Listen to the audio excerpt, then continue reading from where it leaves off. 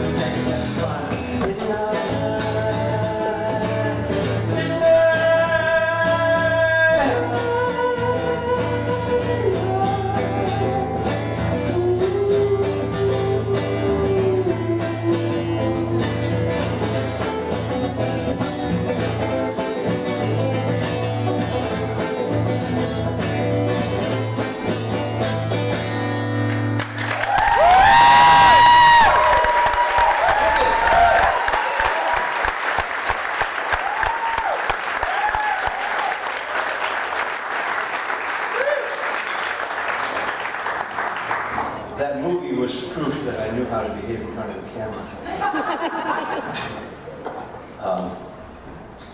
The very first song I ever learned to play on guitar, I learned from a folk singer who had actually made records, which was I was like, 9 or 10. And somebody who had actually made records was like, folk singer named Tom Glazer, who had done some wonderful little folk songs for kids, and we had his albums, his CDs. No, they didn't actually. My kids had got me saying CDs. You know, Dad, how's that album? Dad, it's not an album, it's a CD. So it got me into the habit of now calling albums from the 40s CDs.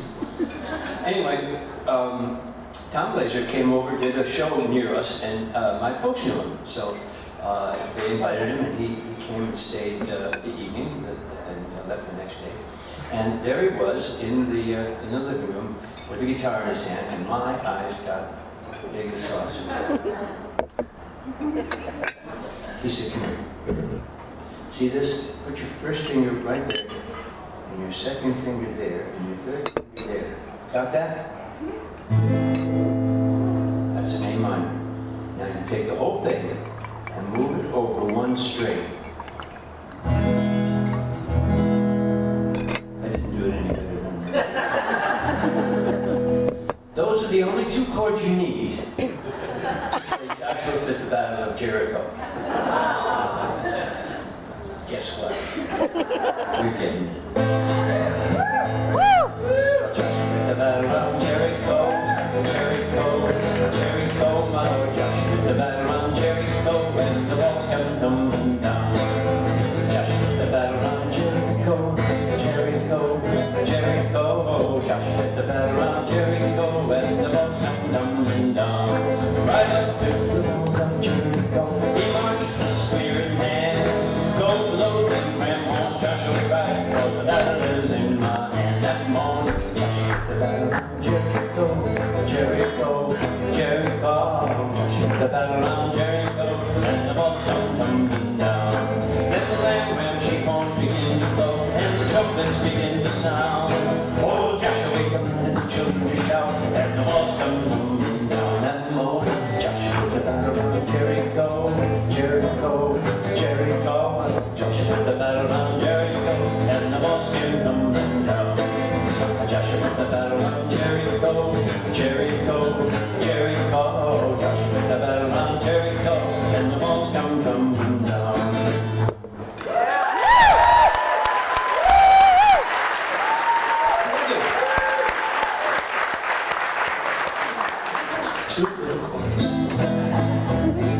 I did this every time I got a hold of a guitar for months after. At that time in my house, there were 2 strains of music. One was the classical that my father liked, and so we had, Mendelssohn's Violin Concerto, Beethoven, Mozart, all those kinds of things on the turntable at night for dinner. And the other thing that they had in the house was folk music, kind of, or sort of the second generation of folk music. There was a guy named, it was Tom Blazer, of course, and there was a guy named Burl Ives, that who made his mark also as an actor later. Was that him? No, that's me. Burl Ives acted in Cat on a Hot Tin Roof. Scared me, I'll tell you. He was a very good actor. And he sang these folk songs. At the time, he also sang a Christmas standard. You may know this one, Holly Jolly Christmas. And one of the worst Christmas songs ever to come out. But his estate still. And he sang these, pretty sort of what later became kind of conventional folk songs, like Fox went out on a chilly night, prayed for the moon for the kingdom light, for he many a mile to go that night before he reached the town. The town, oh, he many a mile to go that night before he reached the town. And I met her in Venezuela, with a basket on her head. And if she loved others, she did not say, but I knew she too to pass away, the time in Venezuela, to pass away the time in Venezuela. I used to put my own kisses together.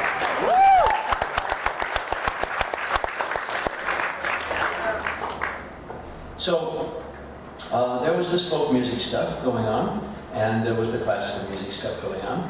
And then outside in the world, where the kids I was going to school with were paying attention to another kind of music. Never got into our house.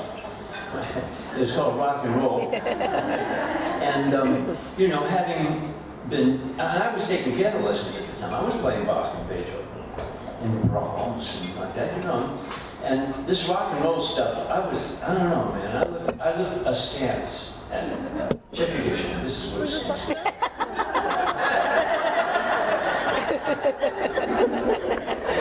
it up. It's in the dictionary. My picture's right there. Because, of course, to a person paying attention to the harmonic trips and shifts of a Bach and a Mozart, rock and roll was not showing me a whole lot of imagination, not in that one department. Any song where you knew what the next chord was going to be before, and even if you've never heard the record before, didn't have a whole lot of harmonic imagination.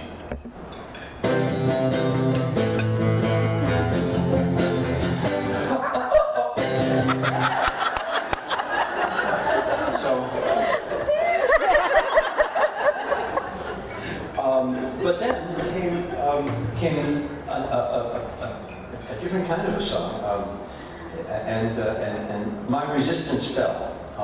Although not a great deal happened after this, and so it took a while for rock and roll to come back around into my life. But at the time, there was this one record called "I Want You, I Need You, I Love You" by the late great king of rock and roll, Mr. Mervyn Schwartz.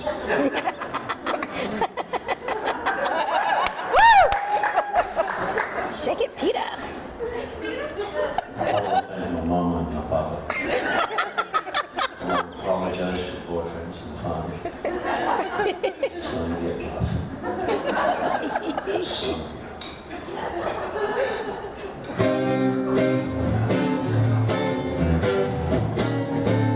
Hold me close, hold me tight. Let me know where I stand from the start. I want you, I need you, I love you with all my heart. All your cares disappear, darling, you're all that I live for.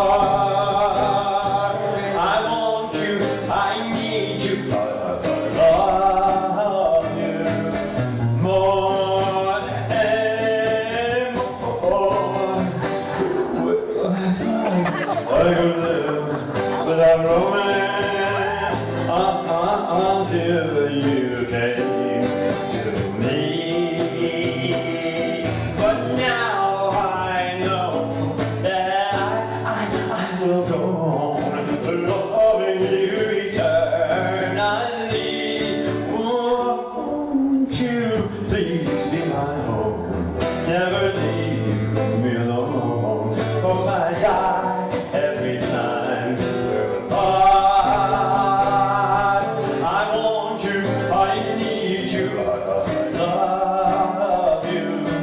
With all my heart, I could live without romance until you came to me.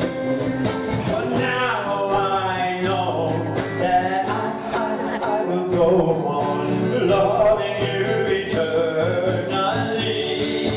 Won't you please be my home, never leave me alone, 'cause I die every time we're apart.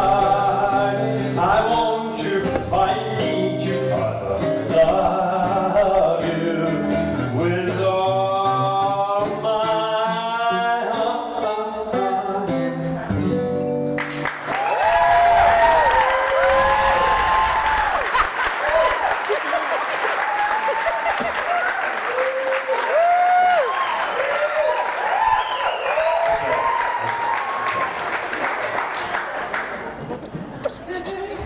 Hi, I'm back. Was anybody here while I was gone? I just lost you, Peter. Well, somewhere in here I flunked out of college.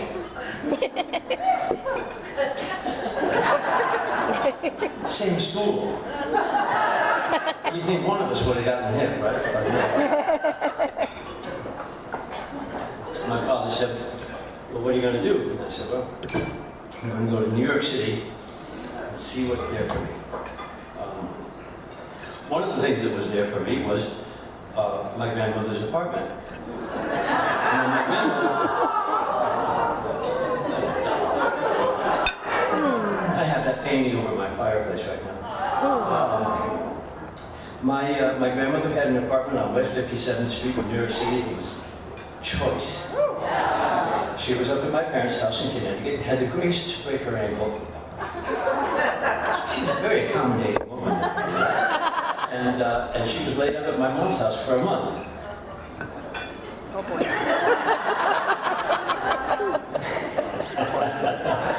So, so I went to New York and I got a little day job at a booking agency. They booked mostly big bands, the Tommy Dorsey Orchestra, the Jimmy Dorsey Orchestra, the Dorsey Brothers Orchestra, the Glenn Miller Orchestra. All these guys were dead, but the orchestras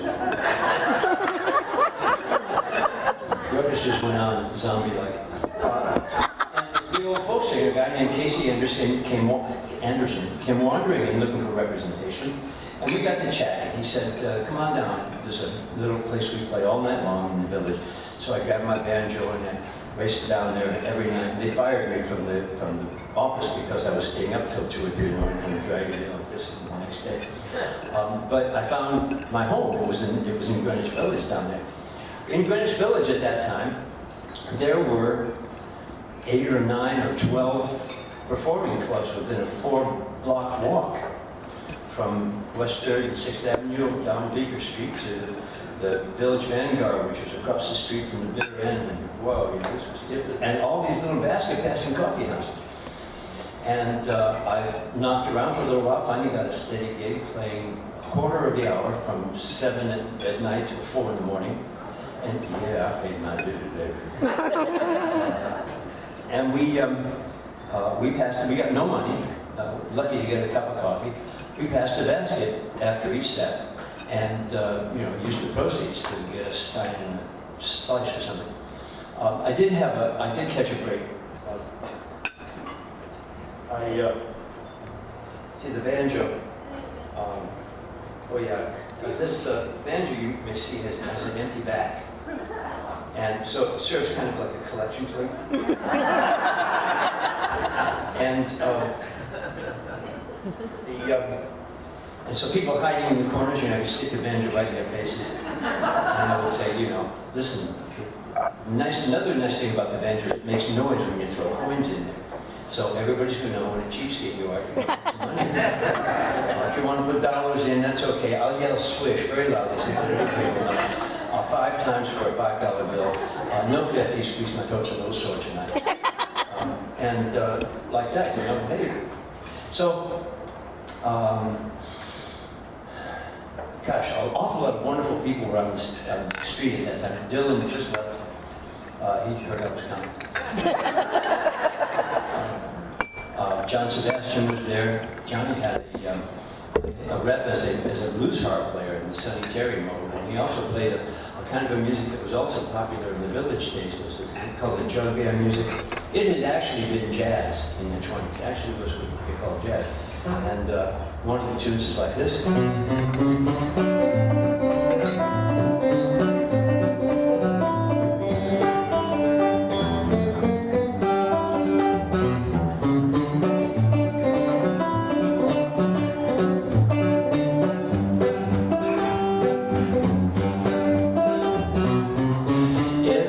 Shimmy like my sister Kate, she shakes it just like jelly on a red hot plate. My mama wanted to know last night. She said, I wonder why the boys is treating Katie so nice. I told her, mama, well, no, it's understood.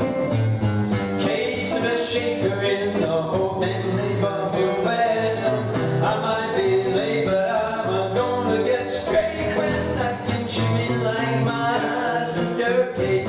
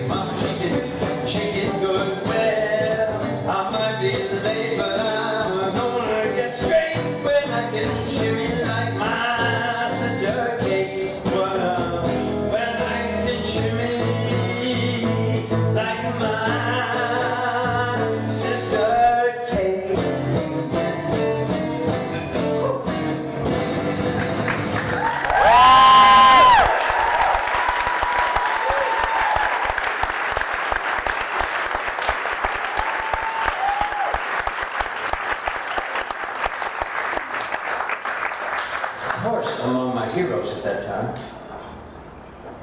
was Pete Seeger. Yay! Pete Seeger, yay, Pete. He created the five-string, long neck five-string banjo. The five-string banjo is an American invention. Every culture has drums and strings and like that, but this little gadget right here, so that the thumb pops off that little extra high string.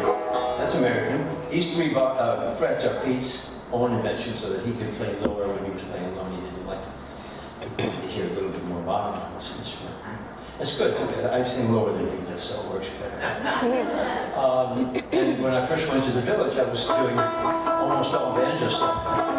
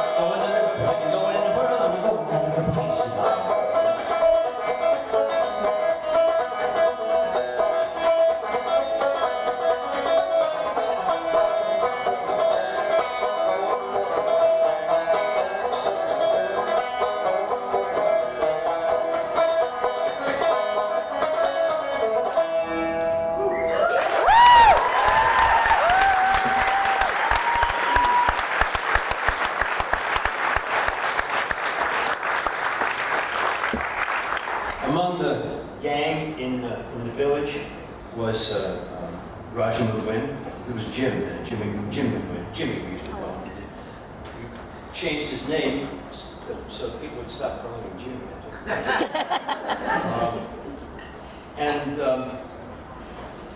The recently departed, late great romantic Richie Havens was on the street in those days.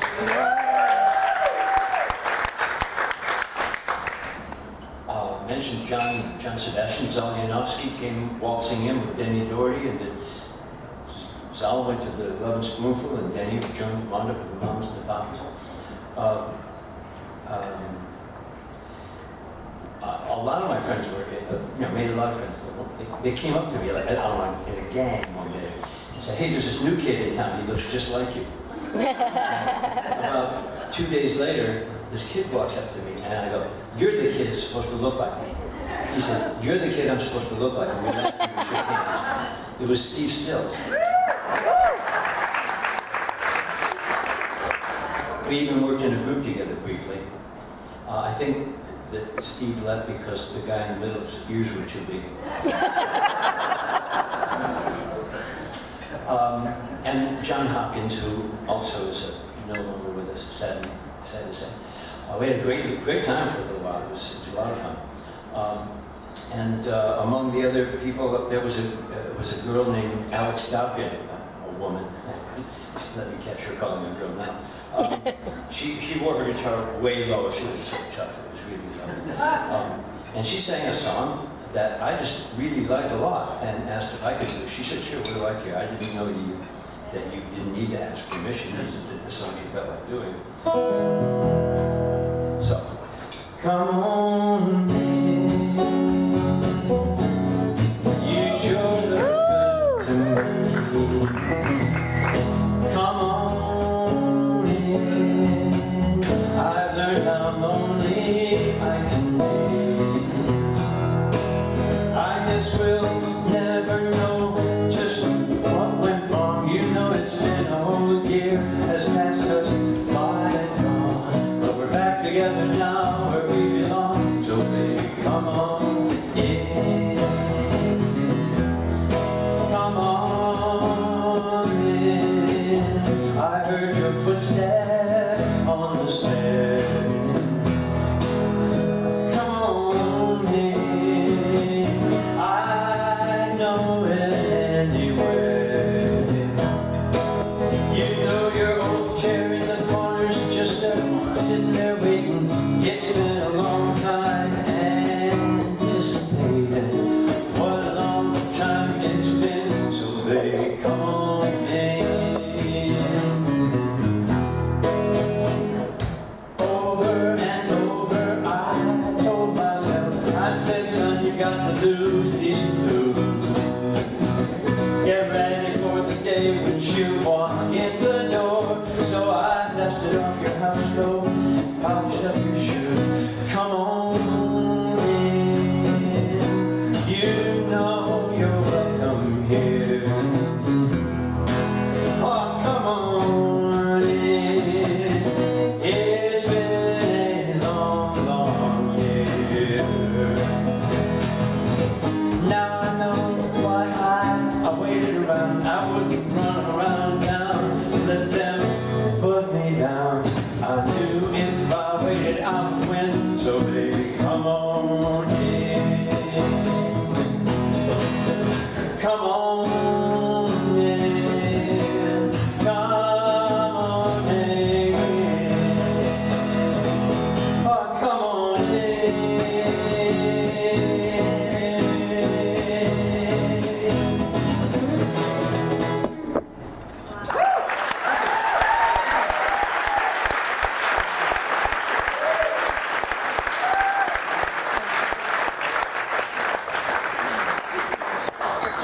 So I was walking down the street one day, minding my own biz, and I was suddenly struck, informed. I don't know how else to put it to you.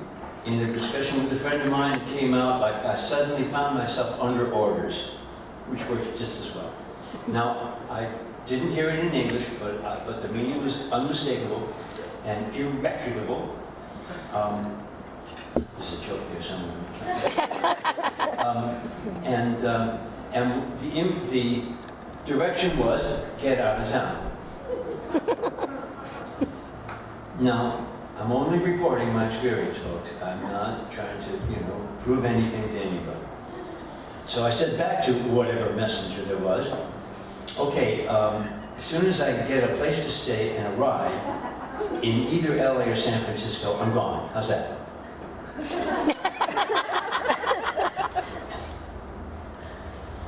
Girl called me up. Hi, Peter, it's Susan. I'd met her in DC. Hi, Peter. I'm in Long Beach, just south of Los Angeles. You can stay here if you come out. Walk into a bar, some people, I don't even think I knew them. We're going to Los Angeles, you want to come?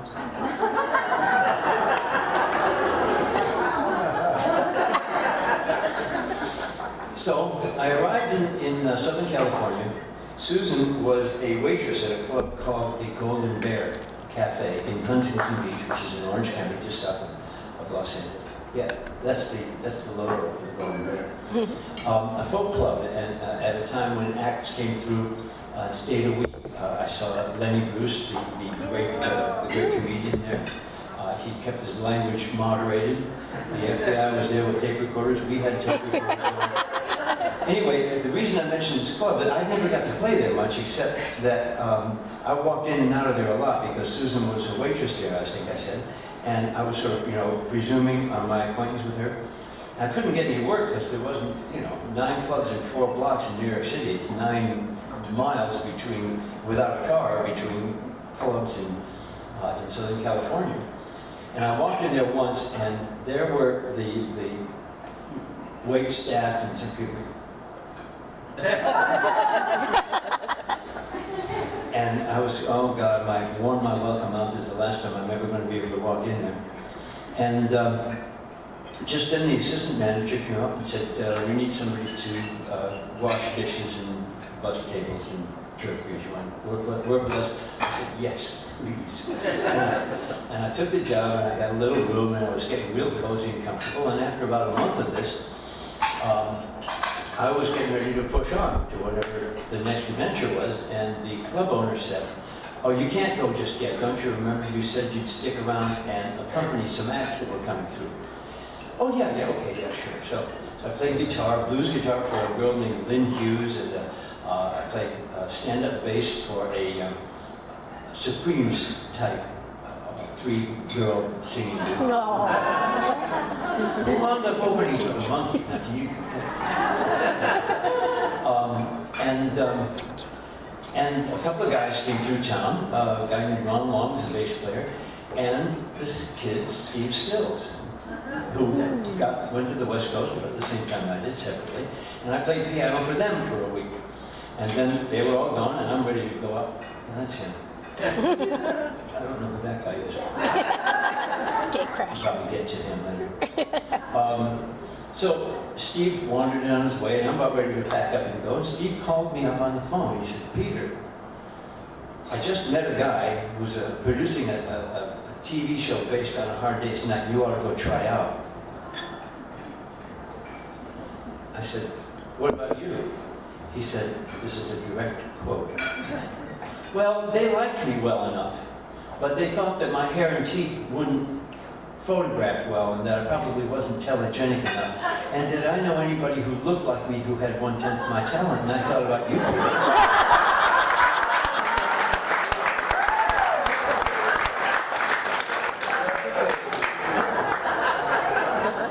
I resemble that remark? It's a quarter at least. So, actually, he had to call me again. I said, "No, really, try that." First, I said, "Thanks, I wouldn't have done it if he hadn't called back." He called back. I went, okay. So I took some of my hard-earned savings and got a bus up to Hollywood and walked into the office of Raybert Productions. I thought, well, I thought I was going to walk in. "Hi, I'm Peter Torkelson. I'm Steve Stills sent me. I'm going to walk in there." He knows one of the producers. I walked into the dense cattle hall. There was room for about 8 people there, and there were probably about 12. And everybody was sitting around, twiddling their thumb, and looking at their clock and waiting their turn. And this one little short kid came walking in the front door, waltzed through just as walked into the producer's office, walked back out of his cocky as you please. Said, "Who is this jerk?"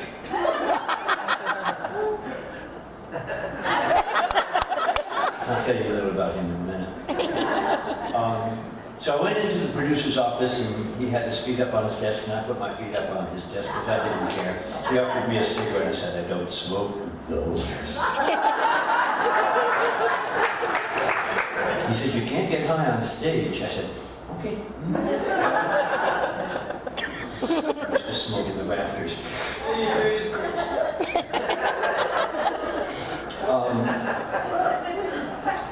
We tried out. Now, the thing is, I'm gonna have to go forward and come back a bit here. The first thing, after I met the one producer, I met the other producer, and I went back, they called me up, they said, "Come on up, we're gonna give you what we call a personality test." Now, most of you have seen the personality tests of Mike and Davy.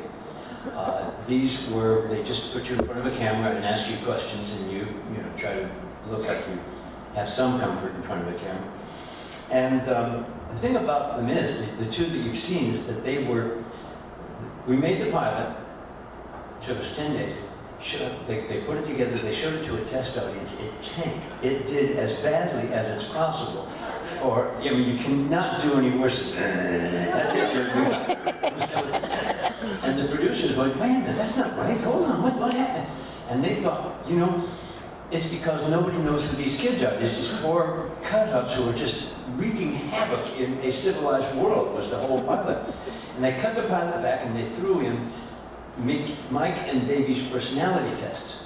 And that version went through the roof so wonderfully. And that was how come the show sold the week we actually went on the air. So I'm going to show you my personality test.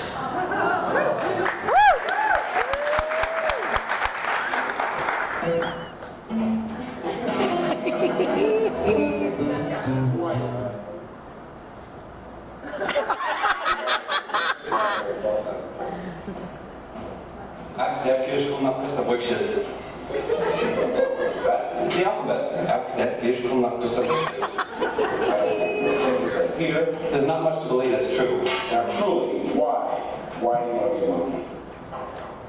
Well, it's my natural inheritance. It's life. Being a TV star, does that ever occur to you now? You fish you out of nowhere. That's true. I'm eternally grateful too. Like, I'll do anything. Where are you from originally? Washington. How'd you get out here? It wasn't easy. No, somebody. It was a 47 Chevy, most of the way. Any good friend they got on the way out? Well, it blew Where about? just outside of Las Vegas. It took all of Las Vegas with it. You may have heard about it. It was the major catastrophe of the century. No, you're not. Yeah, interesting. It cost me $500 for the nose. So, do guys look at you and say, what are you going along with? No, but they often say, hey! I'm ashamed of my fellow man to tell you what my fellow man actually says to me on the street. Do you know that... What do they say? Joe Beetle! Joe Beetle! Just because do they realize that since history, our founding fathers wore their hair long, Columbus wore his hair long, and... I love it. Love to run their fingers through my soft, silky hair.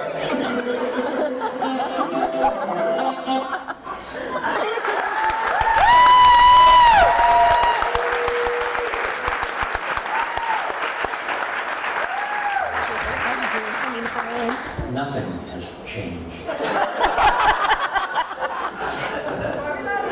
$500 for the nose and mouth still doesn't work. Okay, so there we were, made the pilot, show got picked up. They sent us to the desert, the four of us. We didn't know each other at all. We had done the show, but we did the best we could, but we didn't know anything.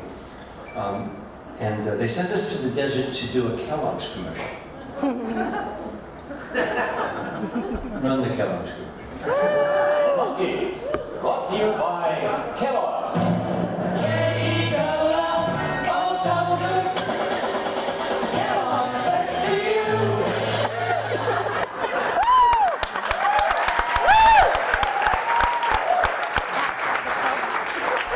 Really makes you want to go out and buy Kellogg's.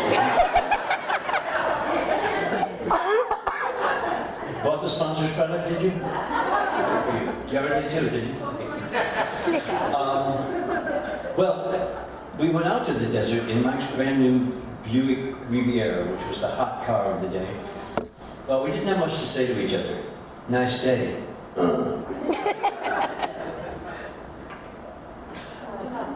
Anyone hungry? We pulled into a diner and sat down. Mickey sat here, Davy, Mike sat there. For some reason, Mickey's salad, my salad came first.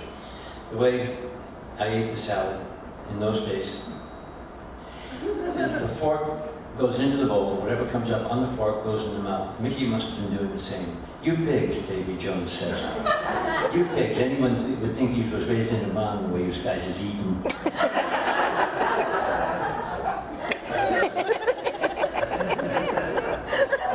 He was British after all and understood all of these things. I don't know from man what he was talking about. So I ate, only the littlest bits. And Davy's salad came, and he looked up at all eyes were on him. And he thanked the waitress and took a knife and fork and cut the salad into 1-inch strips. Turned the bowl 90 degrees, cut the strips into 1-inch squares. McDonald's knife and fork. Put the dressing on the salad. Took the knife and fork and tossed it until each and every 1-inch square place dripping and sticking back with chunky blue cheese dressing. Put down his knife and fork, reached into the bowl, grabbed a fistful of the stuff and smashed it in his face.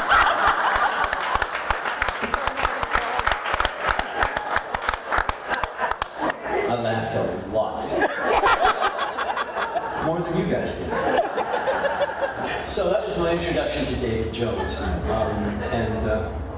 I must say that we got to be pretty close after a while. I'm sorry he's not around anymore.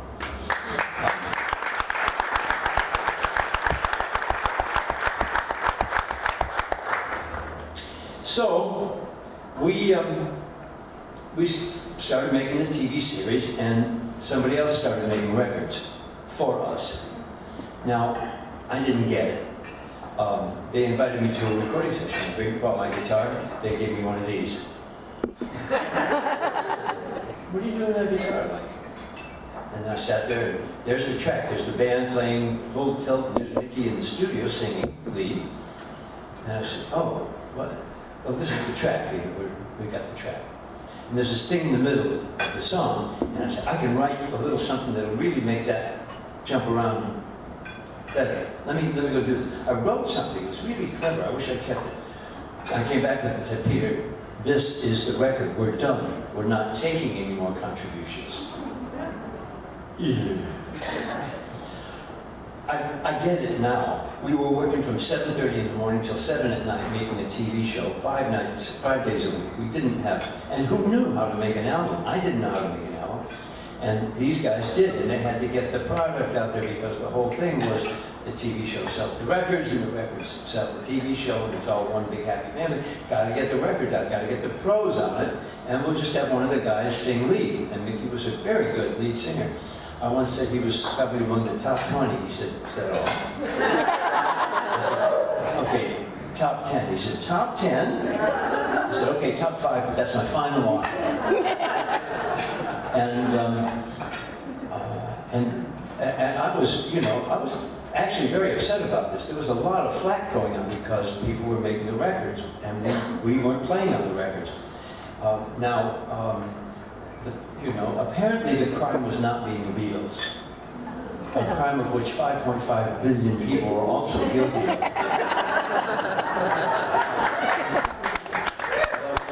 But I felt the sting of it because I really wanted to be the Beatles. I mean, that was the big hit, that was what I wanted to do. I have lately taken to playing some of the songs that were, here's a song that came off the B-side of the first single. Is a Carole King tune. I want to play it for you. We talked about this once. It turns out that this was the A-side in Hawaii. They flopped the side in Hawaii because Hawaii doesn't have any trains.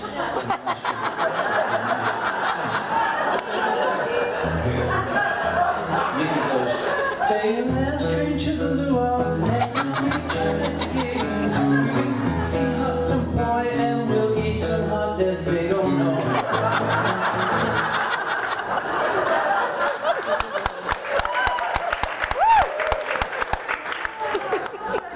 He looks like that when he's singing something. So, but incidentally, I now do Clarksville with my blues band. We do it.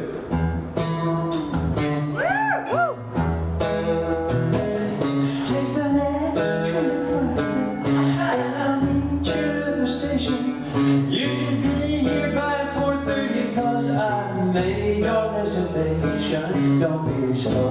Oh, no, no. Oh, no, no, no.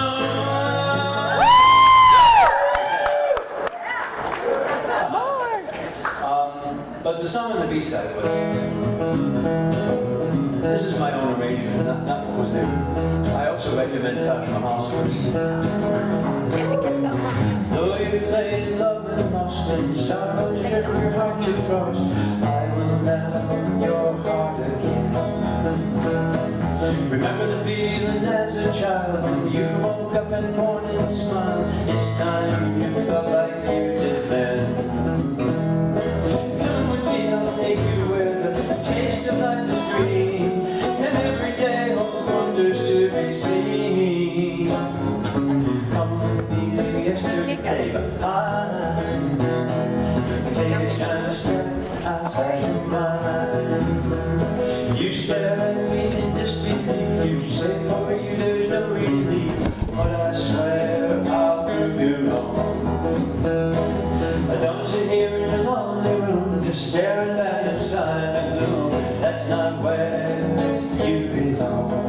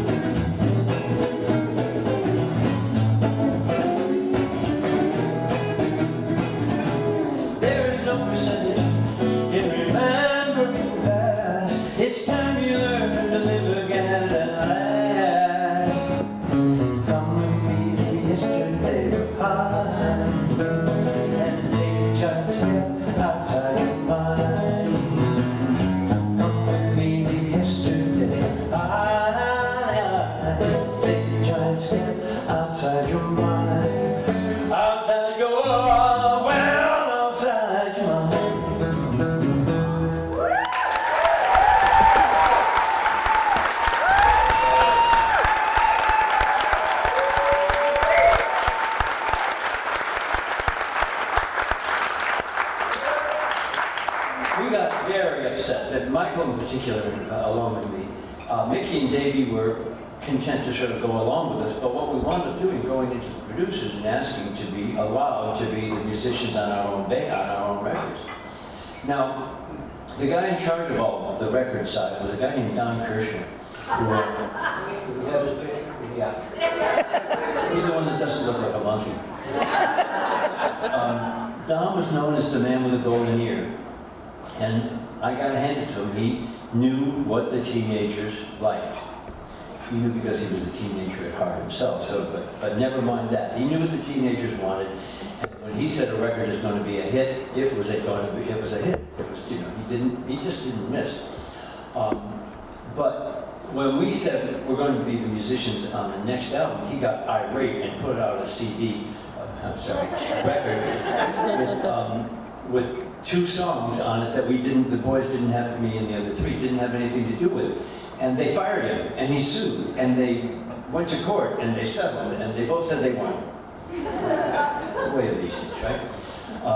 But the last record that Don put out on his own had on one of the sides a song that I now do with my blues band, my bluesy band, Peter Tork and Shoe Suede Blues, along with that Clarksville, which is on an album called Cambria Hotel. There's a new CD out called Step by Step. That's it, that's my current posse. And incidentally, these CDs are, okay, prepare yourselves, this is going to come as a stunning shock. They're available for sale. And I know that you all want one. In fact, they don't let you out unless you have one. If you have a receipt for a previous purchase that you left at home, that'll be okay, we'll let you know. But by and large, you better have one in your hand, and they won't let you out. And on the new Step by Step is our version of the song that Donnie put out. He put it out, and we go, she hangs out, she hangs out. How old you say your sister was? You want to sing? Sister was. How old did you say your sister was? Sister was. Sister was. You know you better keep an eye on her. Eye on her. Eye on her. Wow. Beautiful, Monday, beautiful, hangs out. She hangs out. Well, she hangs out. Hangs out. Every night. Every night. You best get down here on the door before she gets a pretty little self-control. She's so fine. She's so fine. How old you say your sister was? Sister was. Sister was. How old did you say your pretty little sister was? Sister was. Sister was. No, you better keep an eye on her. Eye on her. Sing out.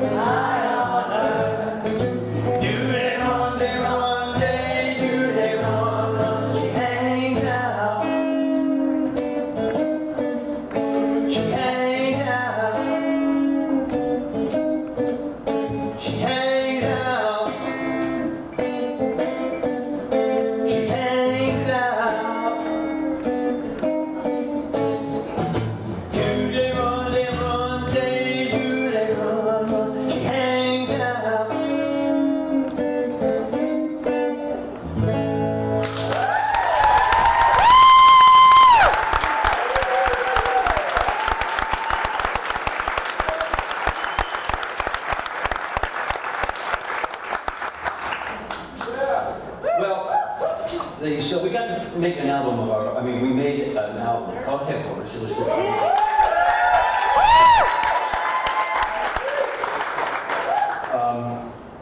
Don Kirshner went on to say, I'm going to prove to you I don't need anybody. The Monkees are not plastic enough. I mean, I don't care how plastic the Monkees are, I can go even plasticer. He put out a record by a group that existed only on comic book pages and celluloid strips, with a real live person doing the singing, but basically he called it the Archies. It did a thing called Sugar Sugar. It was the best-selling record of the year. The Monkees could have had it. If we wanted it, we could have had it. Meanwhile, Mickey has put out a CD which includes it.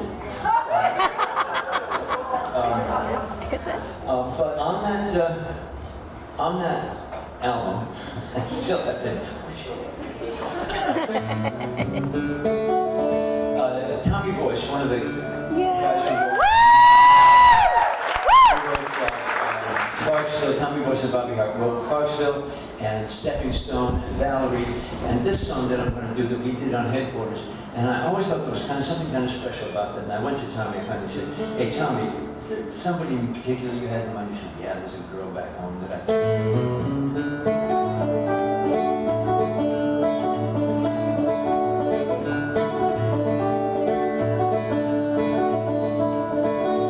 People come and people go, moving fast and moving slow. I'm in a crowd, yet I'm all alone. The road is long, the road is rough. I do believe I've had enough. I think I'll turn around and head for home. And I hope you're there, and that you still care. And if you do, I'll spend my life with you. I've had all the time I need to rearrange my mind and make the life I thought I wanted yesterday. I played a game that couldn't last. Now some memories from the past have turned my thoughts around a different way. And girl, I find you're still on my mind. And if you want me to, I'll spend my life with you.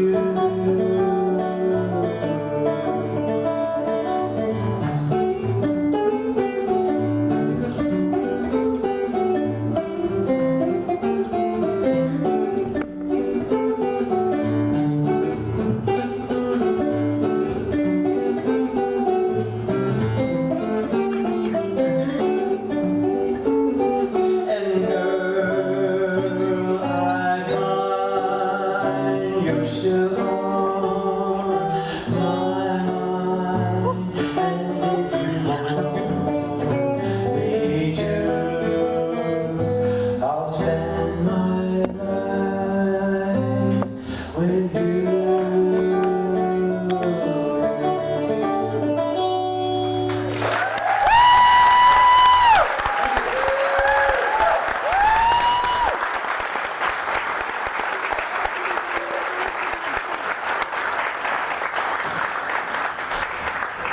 Also on my album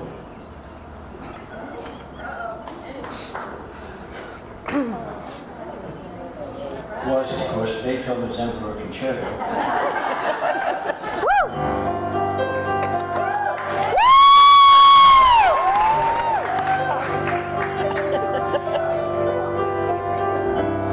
When the world and I were young, just yesterday, life was such an easy game a child could play. It was easy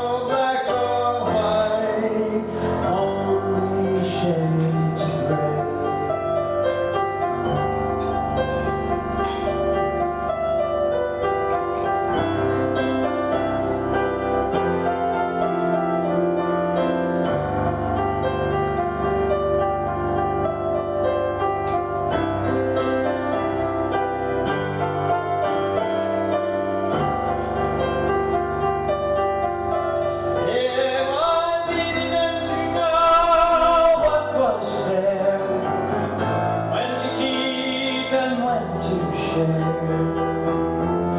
how much to protect your heart, and how much to care. But today there is no day or night. Today there is no dark or light. Today there is no black or white. Only shades of gray. Only shades of gray.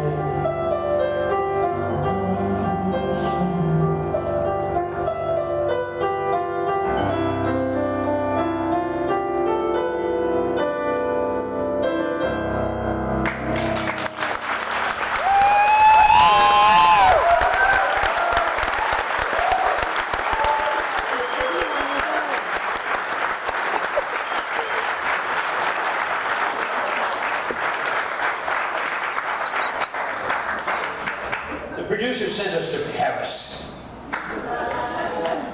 just before wondering what we're doing in Paris. I think one of the producers had a girlfriend in Paris. We'll make the boys go to Paris. Send out cameras. We'll shoot. We'll shoot cameras. We'll shoot film. And we'll put it all together. Turn on the cameras. Okay, boys, wrong.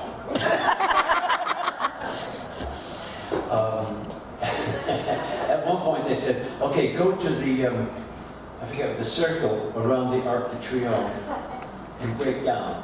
Drive around and the car break, make the car break down. Oh my God, we did. The car stopped and traffic began to pile up, as you can imagine. And a cop comes along, what's going on here in French, which, you know, I mean, I speak a little French, but not as fast as he spoke.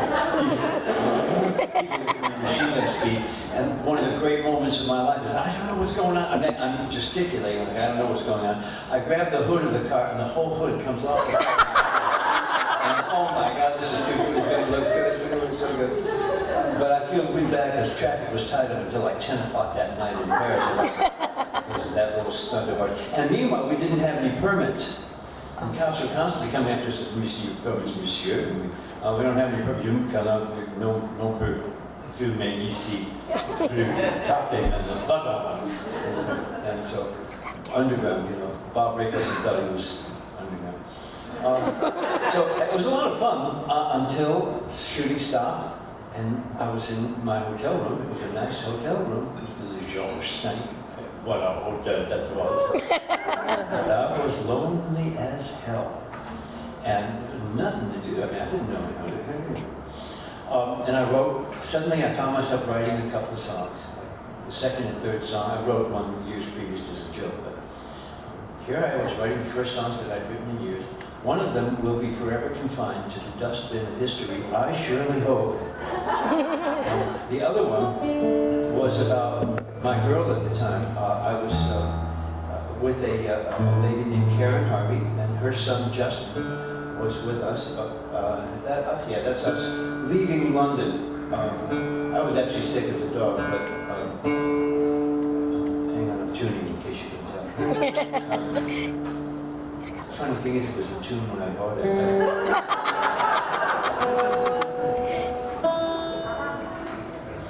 That's number one of 3 tuning jokes I know. I will probably hear them all before the night is out. So I wrote this. It appears on some of those collected, not-released songs.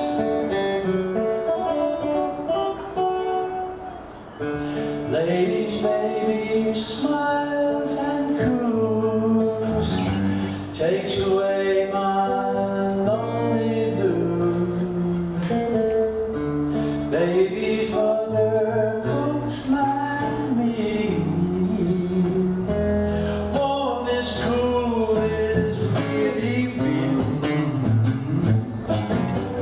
But it never was much fun.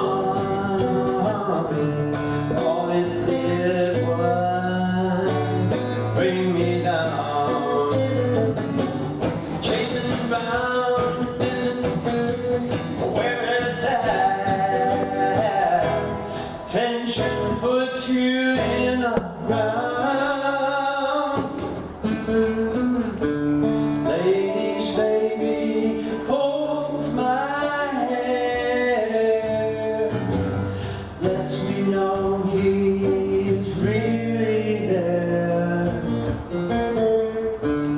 Baby's mother touches me, and the last I really see you, running never was much fun. All it did was bring me down. Chasing around isn't where it's at. Tension puts you in the ground. Ladies, baby, lets me know life was meant for moving slow. Baby's mother knows this too, yeah, yeah. Lady, I love you.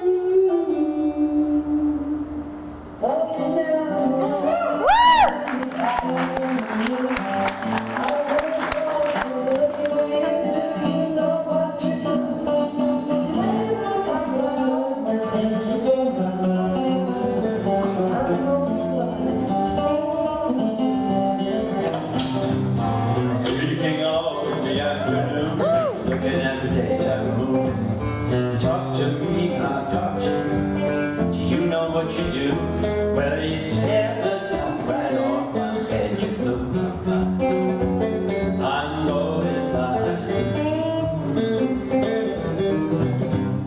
Sitting by the firelight, coffee cups for two.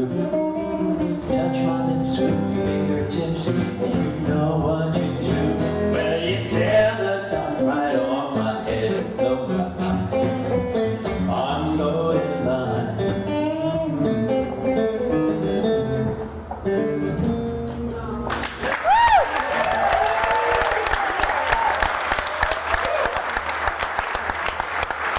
Thank you.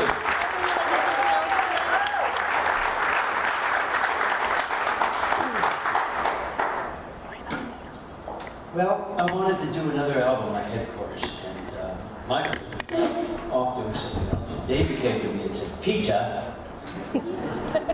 I'm not going to try to imitate Davey any longer. I can imitate him saying Peter, but I can't keep it up. I can do Ringo better than that. Davey said, Peter, I'm not going to use my own name. Peter, you guys worked on the arrangements for the song. You finally were getting the take you wanted around take 55 or 68 or something like that. Yeah? He said, well, I got my part down the first take. I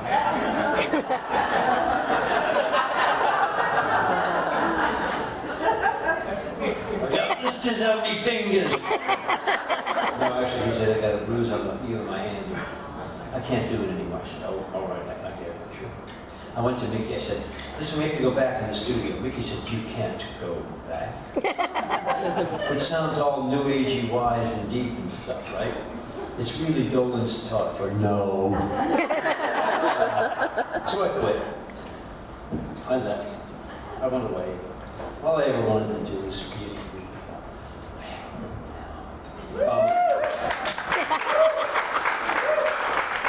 we'll be in Long Beach on the 20-something, I think. Come on down. The Long Beach Blues Music Festival with the Shoesway. So I didn't know what I was going to do, but I got word that a couple of these young outlaw actors, they got good and wasted and shot some 16mm film in a New Orleans cemetery, and they took it to Bert Schneider, one of the two Monkees producers, Bert Schneider and Bob Rafelson, were the producers, took it to Bert and said, well, do you think we can make a movie? And Bert said, yeah, I think we can. And it was Peter Fonda and Dennis Hopper, and they made Easy Rider. Well, I heard about this and I went, I'm going to write the theme song for that movie and it's going to knock them on their butts. And so I sat down with a couple of friends and we wrote a theme for Easy Rider. And played it for Bert. Bert said, okay, that's nice, but we're going to go a different direction. We've got a couple of young composers here that we think are probably going to work out better for us. Their names are Dylan and McGuinn.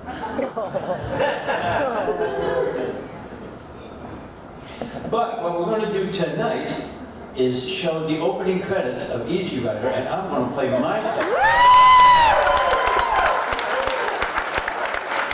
Oh, by the way, the first thing I did after I quit was form a group called Peter, Tork, and/or Release. That was my then girlfriend, man, and Judy Mahan, and a guy named Riley Wildflower, who, that was his gnome to 60s. His name was Cummings already, all right? So, but that was the group I formed. Anyway, so here, Riley helped me, was one of the co-authors, and Judy too, of this song. And so here goes.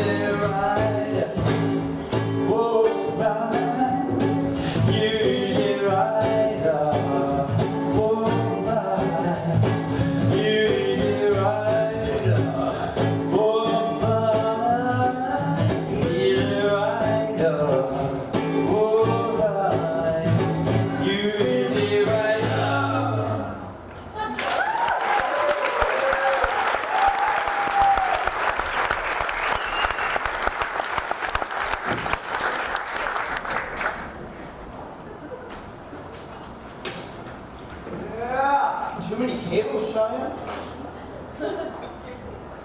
So, somebody played me this Motown record, maybe it was a Philly Soul song, some soul song, and I thought, I wonder if I can play those horn parts on the banjo.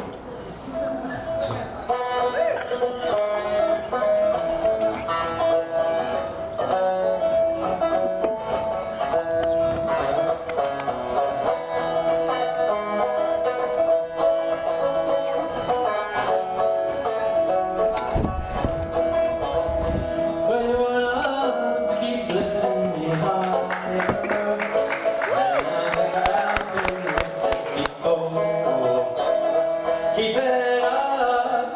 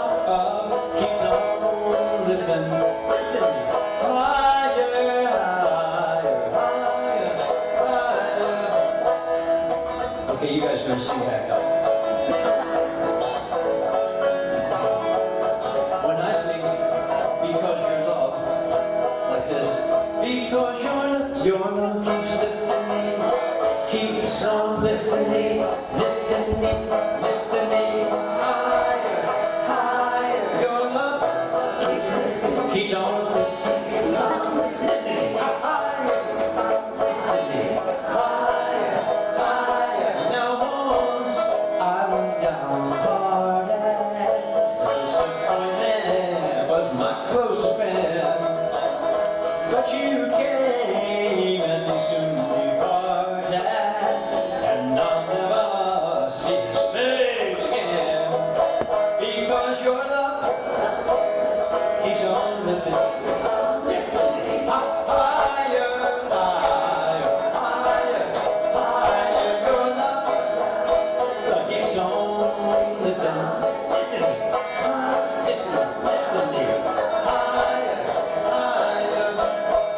So glad I finally found you. Yes, that one in a million, girl. When I wrap my loving arms around you, well, I'm ready and yeah, face the world, because your love keeps on lifting me higher, higher. Your love keeps on lifting me higher, higher, higher, higher.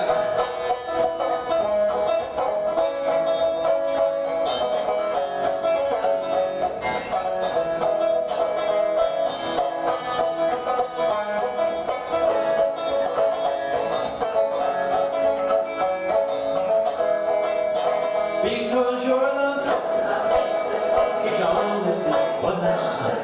Lifting higher, higher, higher, higher, higher. Your love, keep on lifting, lifting, lifting, lifting.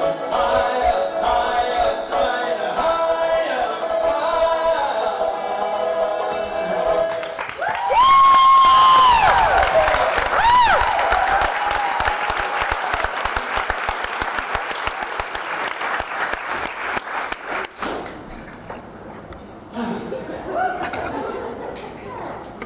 Well, two. Long shoot.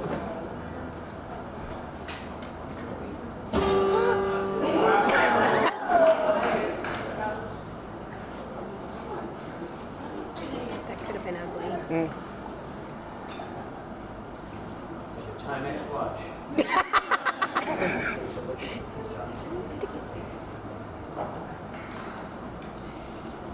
Here's a song you might know.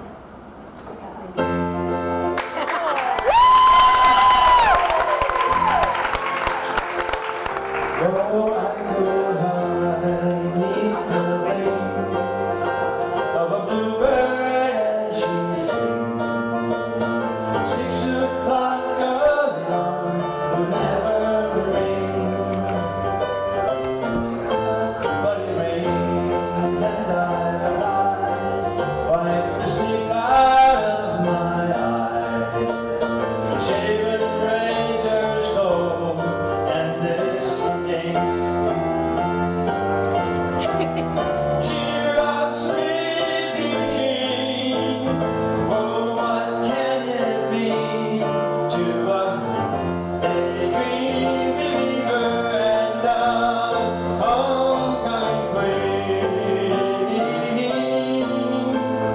You once thought of me as a white knight on his sleeve.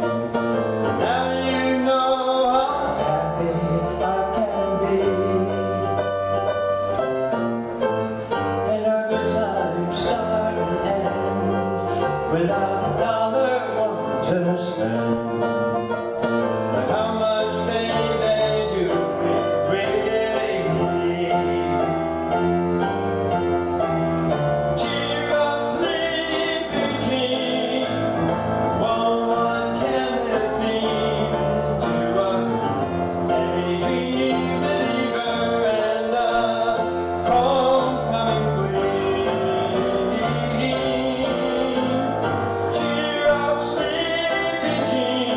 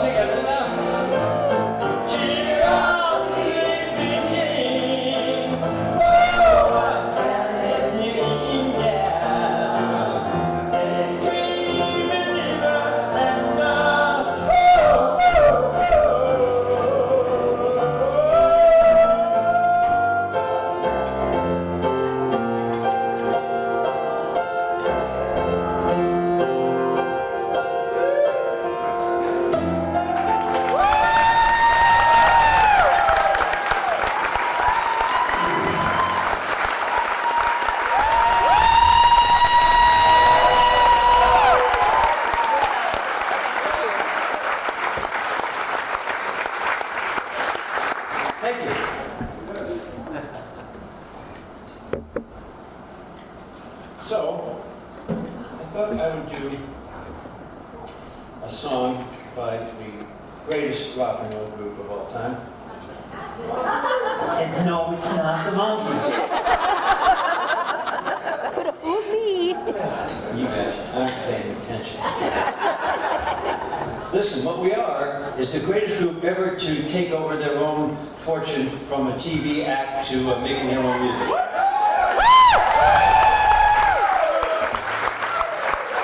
And we know we're the greatest because we're the only ones who ever did it, so that makes us just good. But this is the greatest rock group of all time, rock and roll group. Not quite, hard. Talking about trash. You can sing the part. There's a part for you. The lyric. I'll give you the lyric. Ra ba ba ba ba ba ba ba ba. Ra ba ba ba ba ba ba ba ba ba. Ra ba ba ba ba ba ba ba ba. See how they rock.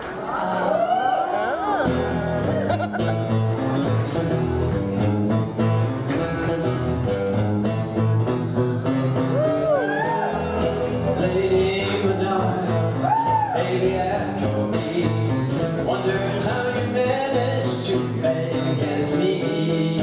Who finds the money when you pay the rent? Did you think that money was heaven sent? Friday night you're out without a suitcase, Sunday morning creeping like a nun. Monday's just Thursday night is bootleg. See how they run.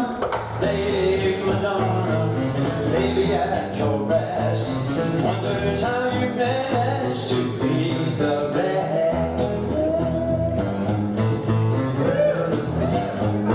You guys ready? Here's the part you sing. Sing this together.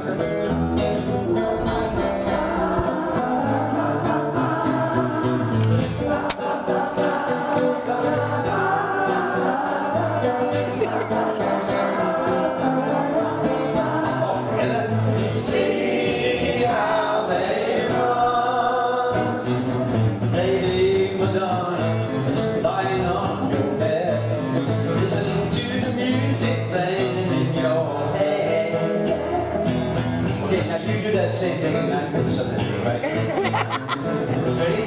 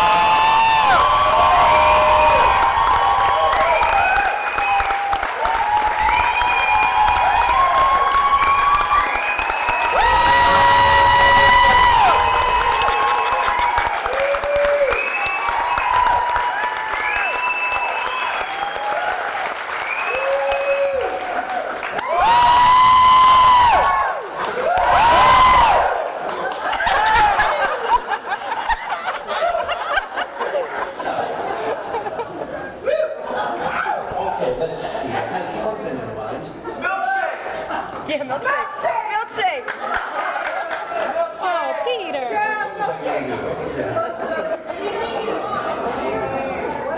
had something special now, but I can't remember what it was. Oh, yes. Okay, you can do a little more background singing. Yeah, see, if I did milkshake, you couldn't do any background singing.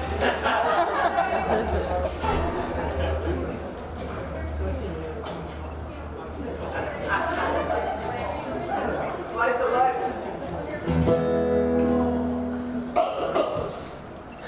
I don't do requests.